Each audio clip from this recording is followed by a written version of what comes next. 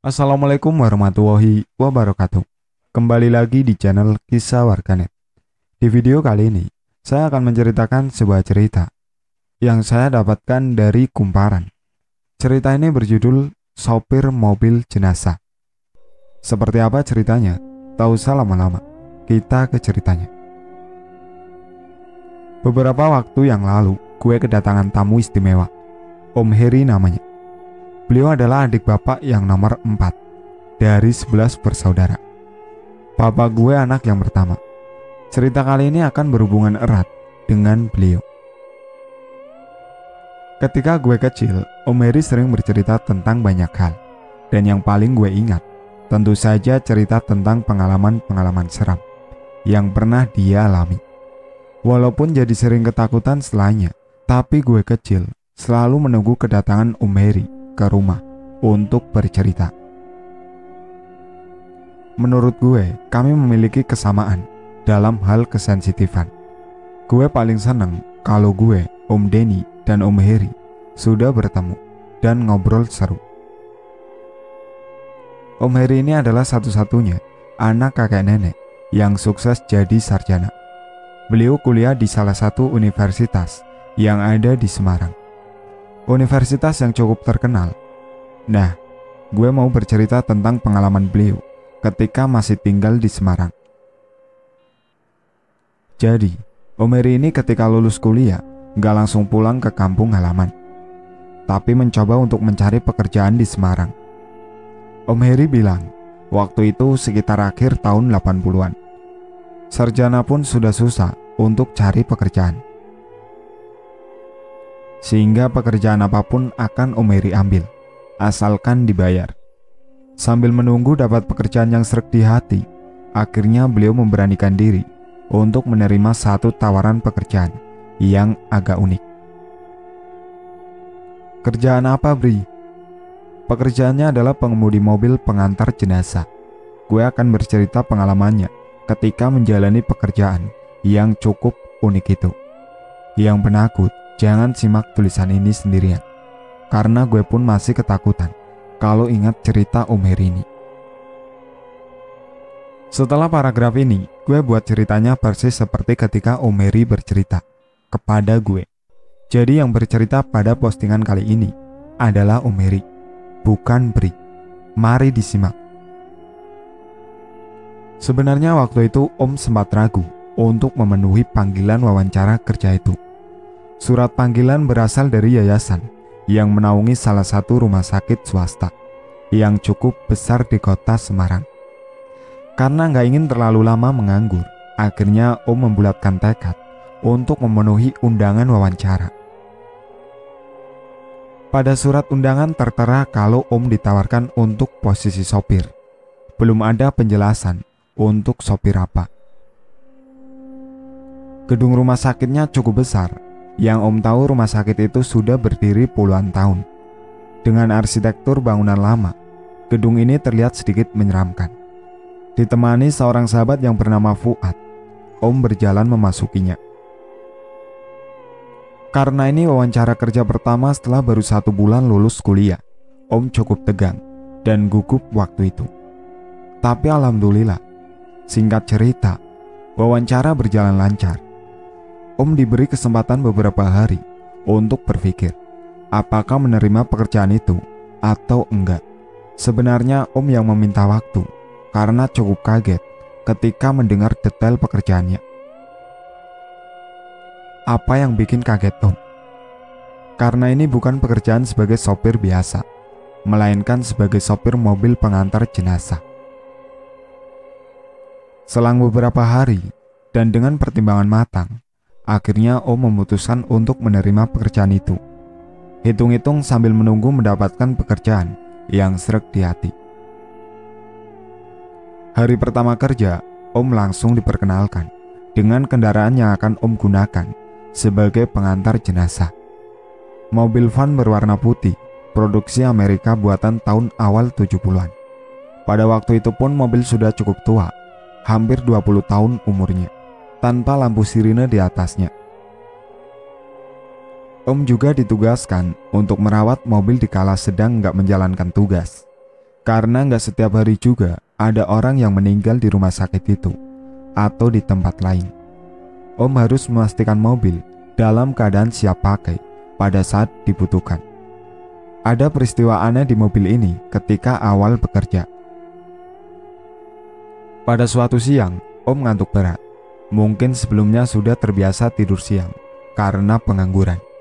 Om pun mencoba tidur di bagian belakang mobil. Oh iya, mobil van ini pada bagian belakangnya ada tempat duduk memanjang dari depan ke belakang pada sisi kanan kirinya. Di tengah-tengah ada ruang yang disiapkan untuk keranda jenazah.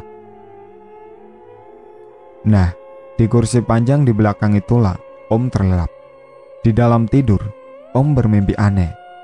Di dalam mimpi Om seperti tersadar dan ternyata Om tertidur di atas keranda jenazah. Di kanan kiri duduk orang-orang yang gak Om kenal. Mereka berwajah asing dengan raut muka yang sedih dan ada yang menangis juga. Dalam kebingungan, Om coba menggerakkan badan untuk berdiri. Ternyata badan gak bisa digerakkan. Sama sekali gak bisa digerakkan. Kenapa begitu, Om? Karena ternyata tubuh Om terbungkus kain kafan dengan ikatan persis seperti pocong. Om panik, ketakutan. Mas Heri, bangun mas. Tiba-tiba Om terbangun oleh suara Pak Slamet. Pak Slamet adalah karyawan rumah sakit itu juga. Kebetulan beliau melihat Om tidur sambil mengigau di dalam mobil jenazah. Setelah kejadian itu, Om gak pernah lagi tidur di dalam mobil itu. Gak berani. Setelahnya, rata-rata sekitar 1 minggu sekali, Om mengantarkan jenazah. Kadang ada yang diantar ke rumah duka, ada pula yang diantar langsung ke peristirahatan terakhir, yaitu pemakaman. Pada awalnya agak aneh dalam menjalani pekerjaan ini, tapi lama-kelamaan, Om jadi terbiasa dengan suasananya. Walaupun banyak kejadian seram yang Om alami selama hampir 1 tahun menggeluti pekerjaan ini. Kali ini Om akan cerita salah satu kejadian seram yang terjadi pada sekitar 6 bulan setelah mulai bekerja. Om masih ingat, malam itu diharuskan menjemput jenazah di rumah duka yang letaknya di daerah Barusari, bagian selatan kota Semarang. Rencananya jenazah akan dimakamkan malam itu juga di kota Solo. Cukup jauh memang. Perjalanan ke Solo waktu itu memakan waktu sekitar 3 jam. Sekitar jam 8 malam, Om tiba di rumah duka. Om memarkirkan mobil jenazah di depan rumah. Hanya terlihat beberapa orang berdiri menyambut. Tunggu sebentar ya mas, jenazahnya sedang disiapkan, ucap salah satu orang yang ada di situ. Iya pak, saya tunggu, jawab Om sambil tersenyum. Yang Om tahu, jenazah yang akan diantarkan adalah laki-laki berumur 45 tahun yang meninggal mendadak pada siang harinya karena serangan jantung. Rumah duka kali ini suasananya agak berbeda. Sebelum-sebelumnya, ketika Om datang ke rumah duka, suasana terbilang ramai dengan keluarga atau tetangga. Kali ini, walaupun rumahnya terbilang rumah besar dan cukup mewah, namun hanya sedikit orang yang terlihat. Di dalam rumah juga hanya ada beberapa orang yang terlihat mengaji di sekeliling jenazah. Cukup sepi untuk ukuran rumah yang sedang berkabung. Tiba-tiba dari dalam rumah ada pergerakan beberapa orang yang mengangkat jenazah. Om langsung cepat-cepat menuju mobil dan menyalakan mesinnya. Benar saja, beberapa orang terlihat mengangkat keranda keluar rumah. Om langsung bergegas membuka pintu belakang dan membantu memasukkan jenazah ke dalam mobil. Selesai, jenazah beserta kerandanya sudah berada di dalam. Pintu belakang pun ditutup. Om langsung bersiap-siap dengan duduk di belakang kemudi. Oh iya, dalam bertugas Om selalu sendirian. Jarang banget ada yang menemani. Ada yang aneh lagi, kenapa orang-orang yang mengangkat jenazah tadi langsung masuk semua ke dalam rumah, meninggalkan Om sendirian di dalam mobil. Sebelumnya ada satu orang yang bilang, "Mas, tunggu sebentar ya." "Baik Pak," jawab Om. Setelahnya, bapak itu juga ikut masuk ke dalam rumah. Selama sekitar 15 menit, Om duduk di belakang kemudi, hanya berdua di mobil, bersama jenazah. Entah apa yang dilakukan keluarga di dalam rumah, begitu lama. Tiba-tiba pintu depan sebelah kiri ada yang membuka, dan masuk seorang bapak berkumis, dengan penampilan agak gemuk, dan menggunakan peci. "Ayo mas, kita jalan," ucap bapak itu sambil tersenyum. "Oke pak, kita hanya berdua saja di mobil ini pak," tanya Om. "Bertiga mas, ada anak saya di belakang." Om langsung menengok ke arah belakang, dan benar saja, sudah ada seorang remaja laki-laki yang duduk di samping jenazah. "Kapan anak itu masuk mobil?" gumam Om dalam hati. "Kita nggak menunggu anggota keluarga yang lain pak," tanya Om lagi. "Nggak perlu mas, nanti juga tiba di Solo berbarengan," jawab bapak itu lagi. Nggak ambil pusing, Om langsung menjalankan mobil ke arah Solo. Waktu itu jam menunjukkan pukul 9 malam. Selama dalam perjalanan, kami bertiga lebih banyak diam. Hanya sesekali saja ada percakapan, itu pun karena Om yang melempar pertanyaan, dan bapak itu hanya menjawab seperlunya. Apalagi anaknya yang duduk di belakang, bisa dihitung dengan jari satu tangan jumlah bicaranya. Om sama sekali belum tahu lokasi pemakamannya, hanya bergantung petunjuk jalan yang dibilang oleh bapak itu. Percakapan yang Om ingat sampai sekarang adalah, "Kok tadi di rumah sepi ya pak? Apa keluarga lain masih dalam perjalanan?" tanya Om penasaran. "Ah, memang hanya begitu adanya mas. Keluarga kami memang seperti itu. Jarang ada yang peduli dengan anggota keluarga besar lainnya," jawab sang bapak dengan nada yang datar. Setelah itu, Om dengar remaja yang duduk di belakang menangis tersendu-sendu. Cukup mengiris hati suara tangisannya. Melalui kaca spion, Om dapat melihat kalau remaja itu hanya duduk sambil menundukkan kepala, dan memang terlihat sedang menangis. Pada tahun 80-an akhir, jalur Semarang Solo masih sangat sepi pada malam hari. Hanya sesekali mobil yang kami tumpangi berpapasan dengan mobil lainnya. Sepanjang jalan masih melalui beberapa hutan di kanan kirinya. Entah kenapa, malam itu memang suasananya terasa beda. Padahal itu bukan pertama kalinya Om melaksanakan tugas, tapi memang terasa beda aja. Singkat cerita, sekitar jam 12 malam, akhirnya kami memasuki kota Solo. Dan gak lama kemudian, mobil sudah tiba di kawasan pemakaman. Om langsung parkir mobil di dalam halamannya. "Mas, tunggu sebentar ya, saya laporan dulu ke petugasnya," ucap bapak itu seraya turun dari mobil. "Iya pak, saya tunggu di sini ya pak," jawab Om singkat.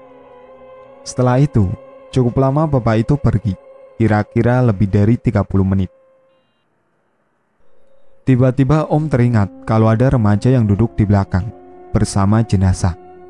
Sontak Om langsung menengok ke belakang. Ternyata remaja itu udah gak ada. Entah kapan turun dari mobil, Om gak pernah menyadarinya. 1 jam berlalu, bapak dan remaja itu gak kembali juga ke mobil. Om sudah mulai merinding dari situ. Mau turun mobil pun gak berani, karena Om gak pernah diperbolehkan meninggalkan mobil jenazah dalam kondisi apapun. Itu adalah pemakaman yang cukup besar, yang letaknya nggak terlalu jauh dari kampus Universitas 11 Maret, dengan pepohonan rindang di sekelilingnya.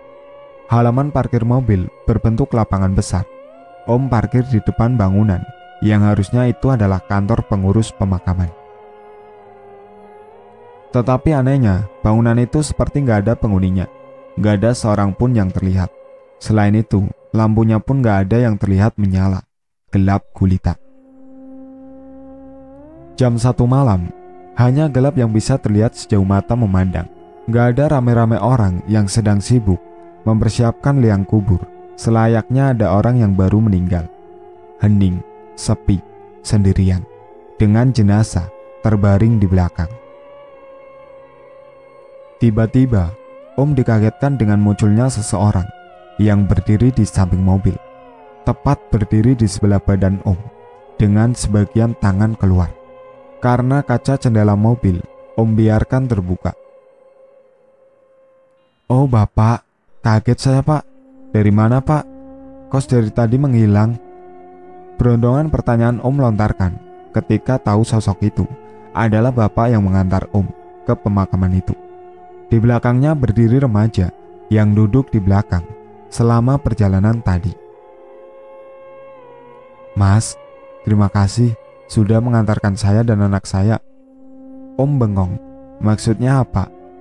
"Maaf Pak, selama perjalanan kita belum berkenalan. Nama saya Heri. Bapak siapa ya?"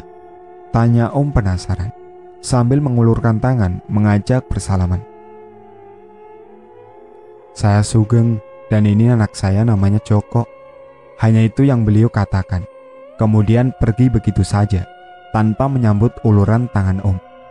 Di dalam gelap, mereka berjalan pelan menuju ke dalam area pemakaman. Pada detik itu Om baru sadar kalau ada yang gak beres dengan Pak Sugeng dan anaknya.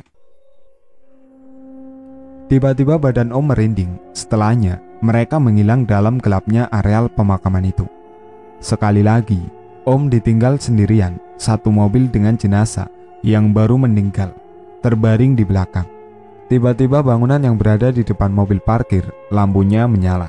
Suasana jadi sedikit ada cahaya. Dan tiba-tiba juga, sekelebat lampu mobil terlihat masuk ke area parkiran pemakaman. Sekitar 3 mobil. Om jadi sedikit lega, karena jadi gak sendirian lagi. Ketiga mobil parkir sejajar mengapit mobil Om. Kemudian penumpangnya turun dan langsung menghampiri dengan wajah kebingungan. "Mas, kok tadi berangkat duluan? Kok tahu kalau almarhum akan dimakamkan ke sini?" Begitulah banyak pertanyaan yang ditujukan kepada Om dari orang-orang itu. Om bingung dan menjawab seada-adanya aja. "Maaf Pak, tadi saya di mobil ditemani Pak Sugeng dan anaknya Joko. Beliau yang memberitahu kalau pemakamannya di sini. Beliau juga yang memberiku petunjuk jalan sampai ke sini." Suasana tiba-tiba hening dan tanpa memberi penjelasan apapun, mereka langsung melaksanakan prosesi pemakaman, membiarkan Om yang mungkin oleh mereka masih terlihat kebingungan. Ada yang aneh lagi, ternyata di tempat itu ternyata sudah ada beberapa petugas pemakaman yang menunggu keluarga dari jam 9 malam. Mereka mempersiapkan liang kubur yang akan digunakan. Padahal selama parkir di situ, Om gak melihat seorang pun berada di tempat itu. Biasanya, setelah jenazah turun dari mobil dan dimulai prosesi pemakaman, Om langsung pergi dan pulang.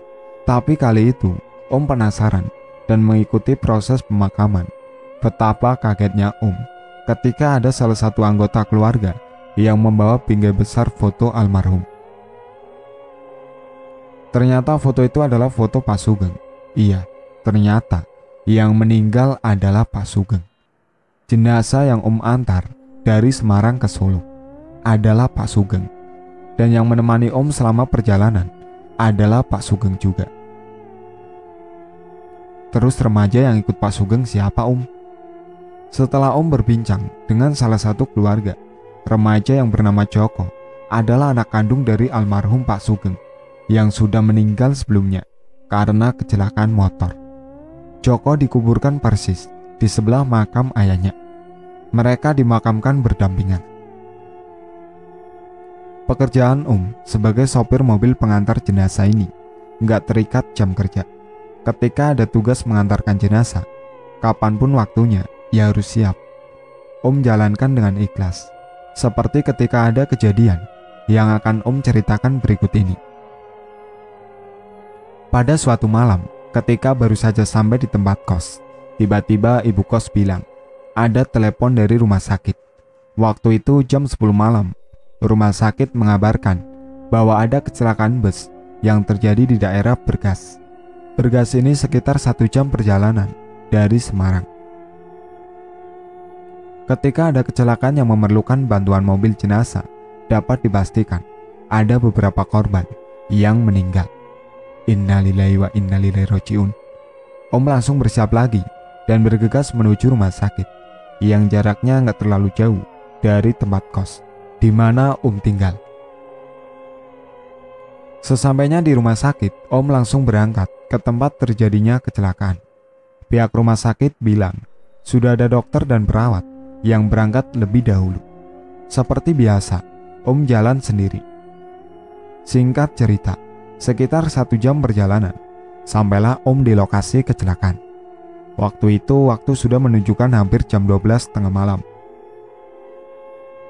Menurut informasi petugas yang ada, kecelakaan terjadi karena ada 2 bis besar yang bertabrakan. Belasan penumpang meninggal dunia. Sebagian korban sudah dibawa ke rumah sakit terdekat. Dan Om ditugaskan membawa jenazah yang tersisa di lokasi, karena sebagian sudah dibawa oleh ambulan dan mobil jenazah yang datang di awal. Om perhatikan masih ada beberapa jenazah di pinggir jalan yang masih tergeletak tertutup kain. Beberapa polisi dan orang yang ada di situ langsung mengangkat 3 jenazah dan membawanya masuk ke dalam mobil. Ternyata setelah 3 jenazah itu sudah ada di dalam mobil, ada 1 jenazah lagi yang tertinggal. Ruang di mobil jenazah hanya muat 3 orang. Ada seorang bapak di situ yang bilang untuk jangan menumpuk jenazah. Kasihan katanya. Om dan orang-orang lainnya dapat mengerti. Terus gimana Om? Solusinya adalah 1 jenazah terakhir diletakkan di kursi depan, sebelah kursi sopir, dengan posisi duduk, tapi wajahnya ditutup kain putih. Om nurut. Pikir Om waktu itu, daripada bolak-balik, lebih baik sekalian jalan dan pekerjaan selesai. Setelah selesai semuanya, Om pun jalan ke rumah sakit, ditemani 4 jenazah dalam 1 mobil dan tanpa pengawal. Tahun 80-an itu, jalur bergas Semarang masih sangat sepi. Kanan kiri masih banyak ditemui pohon-pohon besar pada kanan kiri jalan. Sepanjang jalan hanya terdengar suara mesin mobil. Jujur, pada saat itu Om agak ketakutan, ditambah bau anjir darah yang mungkin masih mengalir dari korban kecelakaan yang Om bawa. Ketika sudah di tengah perjalanan, ada sesuatu yang mulai terjadi. Om mendengar ada suara tangisan perempuan di bagian belakang mobil, tempat di mana 3 jenazah terbaring. Bulu kuduk langsung berdiri. Refleks, Om langsung melirik ke kaca spion. Benar, ada sesuatu di belakang. Om melihat ada orang dengan posisi duduk. Bukan hanya 1 orang, tapi ada 3 orang yang terlihat. Posisi mereka duduk berjajar ke belakang. Setelah terdengar suara perempuan, berikutnya ada suara laki-laki yang terdengar seperti mengerang menahan sakit. Sekali lagi Om lirik ke kaca spion. Ternyata yang duduk di belakang adalah 1 laki-laki dan 2 perempuan. Om membaca doa sebisanya, ketakutan. Mau berhenti pun gak berani, karena kanan kiri jalan gak terlihat ada rumah penduduk. Yang ada, Om langsung mempercepat laju kendaraan agar cepat sampai tujuan. Nah, ketika Om sedang konsentrasi melihat ke arah jalan dengan mobil yang berkecepatan cukup tinggi, tiba-tiba kain penutup jenazah yang duduk di sebelah terbuka sendirinya. Terlihatlah wajah jenazah itu, wajah laki-laki yang berlumur darah. Sampai detik itu pun Om sudah amat sangat ketakutan. Ditambah dengan suara perempuan menangis dan erangan laki-laki yang menahan sakit di bagian belakang mobil itu belum selesai. Ketika nggak sengaja melirik ke arah jenazah yang duduk di sebelah, Om melihat kedua matanya terbuka, menatap ke arah Om, dan bibirnya mulai tersenyum kecil. Entah itu hanya perasaan Om aja atau bagaimana. Yang pasti, Om nggak tahan lagi, amat sangat ketakutan. Ketika melihat ada 1 rumah penduduk, Om langsung mengarahkan mobil ke tepi jalan. Setelah benar-benar berhenti, Om langsung berlari ke rumah itu dan mengetuk pintunya. Alhamdulillah, penghuni rumah muncul. Om langsung menceritakan semuanya ke bapak pemilik rumah, dan dia menawarkan diri untuk menemani di sisi perjalanan. Om setuju. Sekitar setengah jam kemudian, sampailah kami di rumah sakit. Selesailah tugas Om malam itu. Itulah akhir cerita dari sopir mobil jenazah versi Umeri. Sekian dari saya. Wassalamualaikum warahmatullahi wabarakatuh.